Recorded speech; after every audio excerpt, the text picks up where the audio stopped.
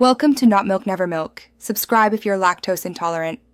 You start now. Wash, dry, and iron the fabric so paint grips. Once done, slide cardboard inside to block bleed through.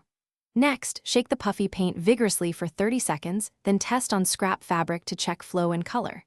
Make a guideline with a disappearing fabric pen or light pencil. This helps placement. Finally, trim the nozzle a hair for controlled lines.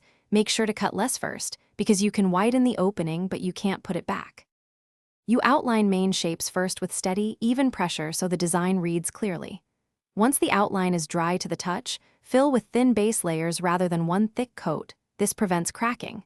After each thin pass, wait about 10 to 15 minutes so the paint partially sets. This preserves puff. Then, make texture and highlights. Use gentle dots, lines, or a toothpick for detail. Make sure to vary pressure. That's how you control height and edge sharpness. You finish by letting the piece cure 24 hours on a flat surface, then heat set according to the paint label, usually low iron through a cloth. This improves wash durability. If you see blobs while the paint is tacky, lift excess gently with a toothpick. Make sure to work slowly. If cracks appear after drying, rehydrate the area slightly with a damp brush and add a thin layer, then cure again. One key troubleshooting tip: if paint bleeds, press a barrier and stitch.